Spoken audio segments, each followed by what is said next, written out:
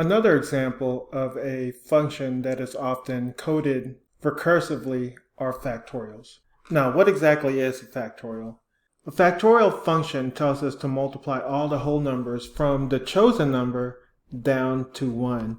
The exclamation point is the symbol to indicate factorial. So for example, if we have 4 factorials, this tells us to multiply starting with 4 times 3 times 2 times 1, which equals 24. If we have 7 factorial, this means 7 times 6 times 5 times 4 times 3 times 2 times 1, and that gives us 5040.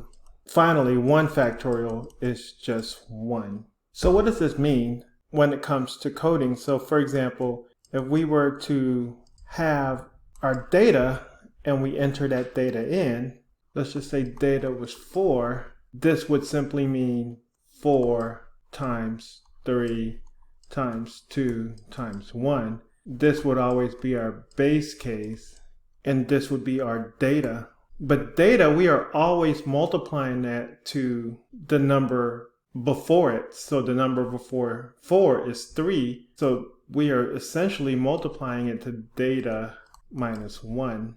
Based on that logic, let's try to code this. So let's start with our base case.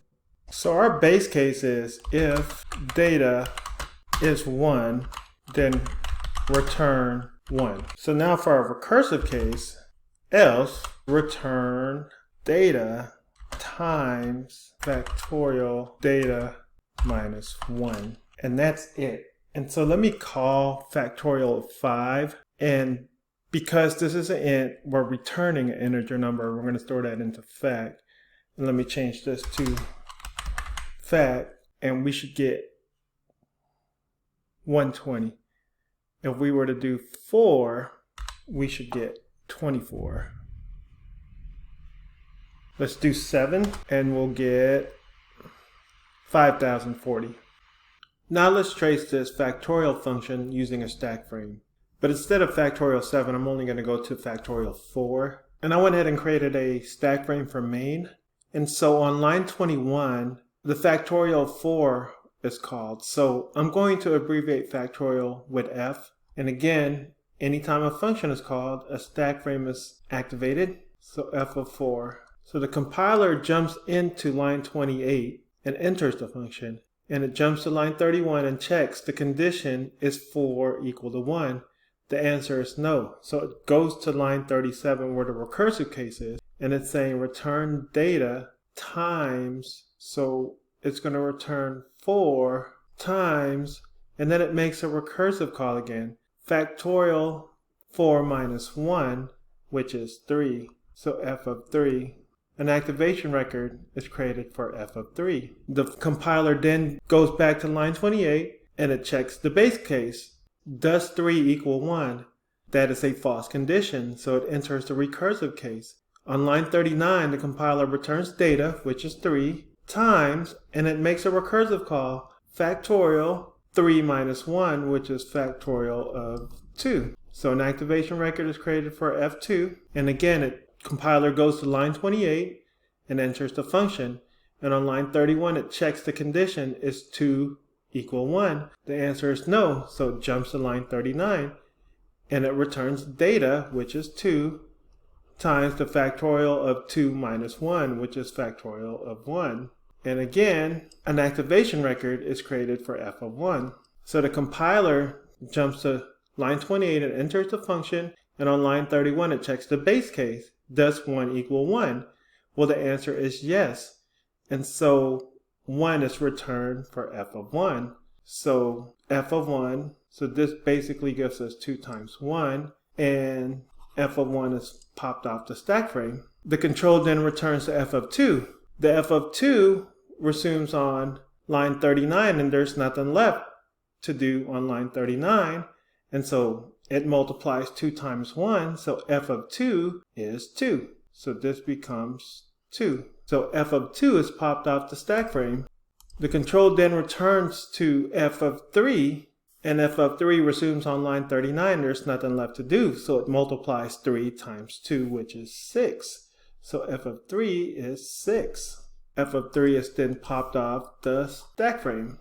The control then returns to f of 4, and f of 4 resumes on line 39, or there's nothing left to do on line 39, so it multiplies 4 times 6, and f of 4 returns 24, and f of 4 is popped off the stack frame.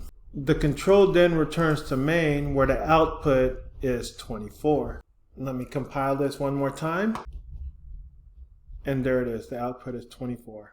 Now let's trace this factorial function using a tree. So on line 21, the factorial function with the argument of 4 is called, and again I'm going to abbreviate factorial with f. And so the compiler jumps to line 28, and on line 31 it checks the base case.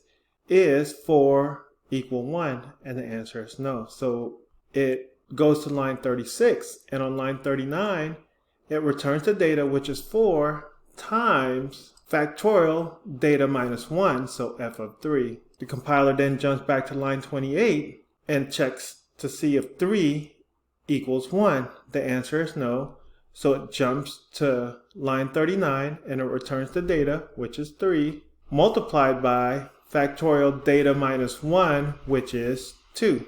The compiler then enters line 28 again, and then it checks the base case. Is 2 equal 1? And the answer is no. So it jumps to the recursive case and goes to line 39, where data is multiplied by the recursive call of 2 minus 1, which is 1.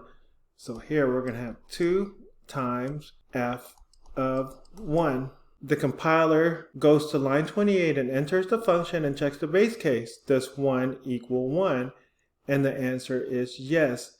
And so it returns 1. So f of 1 equals 1. The control is then returned to f of 2, and f of 2 resumes on line 39, where there's nothing left to do. And so it returns 2 times 1, which is 2. So f of 2 is now 2. The control then goes back to f of 2, where it multiplies 3 times 2 is 6. And so 6 is returned to f of 3. 4 is then multiplied by 6, and 24 is returned to f of 4. F of 4 returns 24, and then the control goes back to main. And let me just highlight. So 2 times 1 is 2, and that's returned. So f of 2 becomes 2. 3 times 2 is 6, so f of 3 becomes 6. 4 times 6 is 24, so f of 4 becomes 24. So in summary, the factorial function tells us to multiply all the whole numbers from the chosen number, and in this case 4, down to 1. Thank you for watching.